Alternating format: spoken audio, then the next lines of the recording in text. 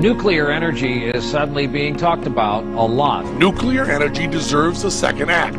It's clean, safe, and cheap. L'enjeu plutôt vif de la soirée a porté sur le It's a dirty, dangerous, and expensive form of energy. We can eliminate our dependence on foreign oil by building 45 new nuclear power plants right away. We still don't have a safe way to dispose of the nuclear waste. Mining for uranium, which under the best of circumstances can really screw up any nearby bodies of water in the area like the Colorado River. Although the nuclear industry itself is phenomenally a safer industry than many. Solve the waste problem or shut the reactors down. It is clean, it is safe, it is abundant. It's dirty, it's dangerous, and it's hugely expensive. You like the Grand Canyon. Wait till you see the holes the mining companies put next to it.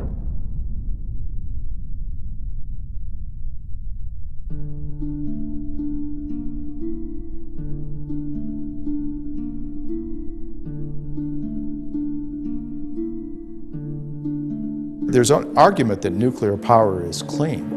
I grant you that. But it's only clean while it's being produced. What they never, ever talk about is what is called the front end of that energy. And that is the nuclear fuel production. Let us increase the use of renewable power and emissions-free nuclear power. And they get away saying that because it's true only at the nuclear power plant itself. All of the phases before that use fossil fuels.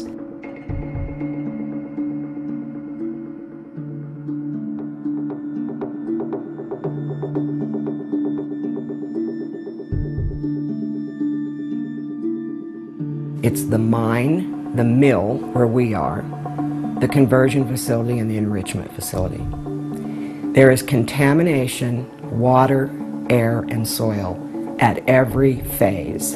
It takes thousands and thousands of gallons of water simply to explore for uranium. It's also going to contaminate the water that is here that does get into the system. And a water table can be contaminated by one test hole.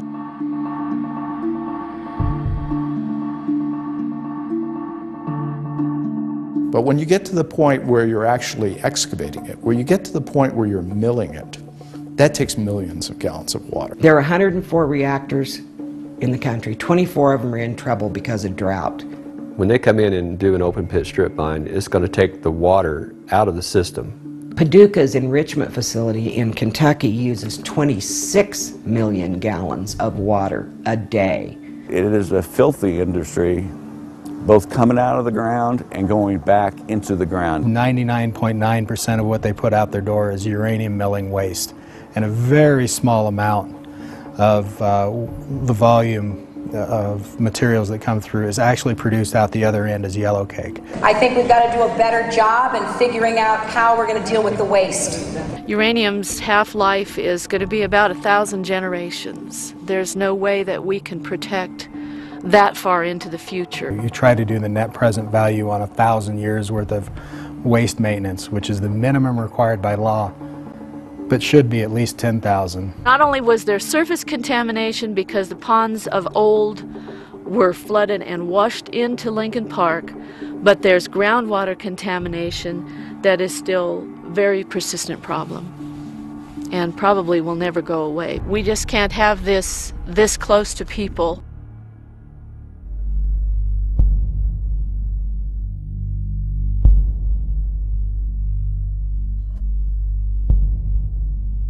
Even the Department of Energy and the Department of Defense have suggested that nuclear storage, safe and secure nuclear storage, isn't something we have and isn't something that they see us being able to do. Yucca Mountain sits about 100 miles northwest of Las Vegas, but few Nevada residents feel lucky to have it. The consulting firm that looked at Yucca Mountain in Nevada suggested that moving nuclear power across the country could lead to between 100 and 450 accidents. How long can you do that? And is it a good idea? For nuclear power to be a viable energy alternative, the nation has to find a way to take out its nuclear trash. The nation's first full-scale atomic power plant to produce 60,000 kilowatts of useful electricity. It won't produce power economically competitive with coal or oil, but it is a major step in that direction, a big hope for the future.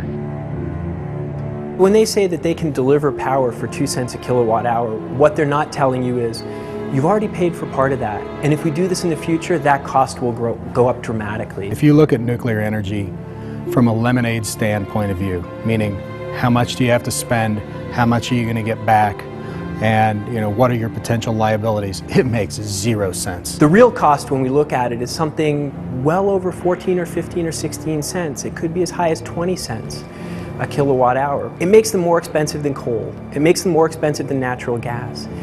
By factors, it makes them more expensive than wind.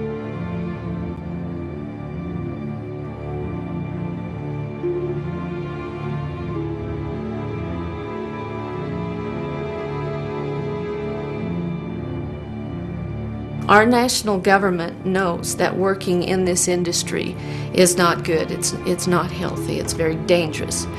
And the reason that I say that is because they have what's called the national apology, and that has been paying $150,000 to workers in the industry or their survivors who can prove that they have had exposure to uranium. It amazes me that our government would do that sort of thing, and on the other hand would then say how clean this industry is.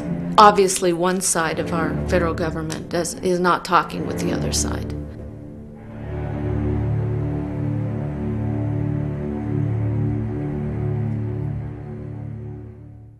I'm a former employee of an atomic energy company. I was forced to take a medical retirement.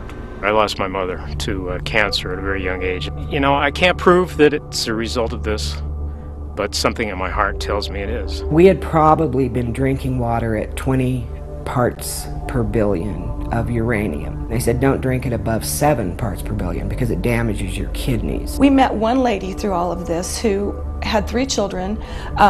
They couldn't diagnose her with anything. She'd lost all her teeth, all her hair. She had tumors all over her, but her blood didn't demonstrate that it was any kind of a cancer. I'm standing there and all of a sudden this pipe came apart. I'm talking 50 to 100 gallons of pure yellow cake. I was covered, I mean pure yellow, the color of a school bus.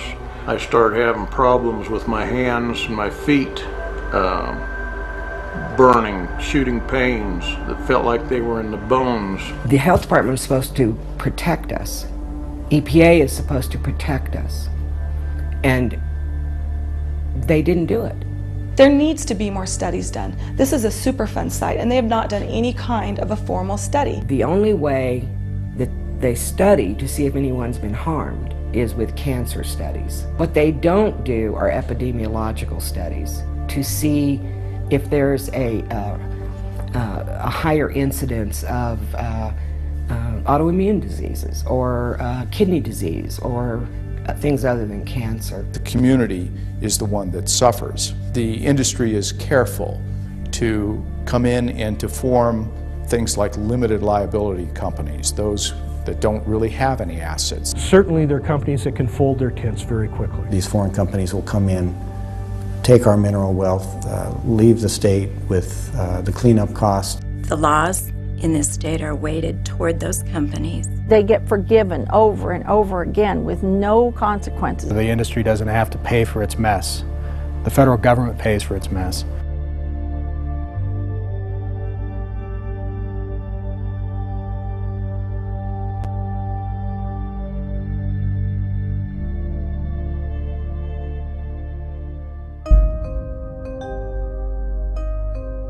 The claims that nuclear power is going to be the godsend for the future of our energy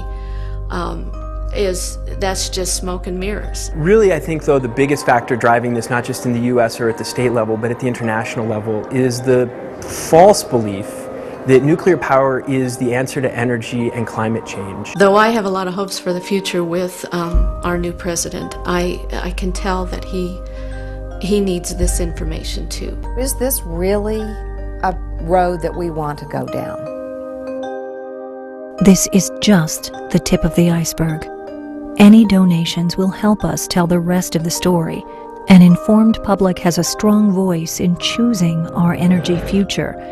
We challenge you to learn the truth, find the facts, and visit our website, downtheyellowcakeroad.org.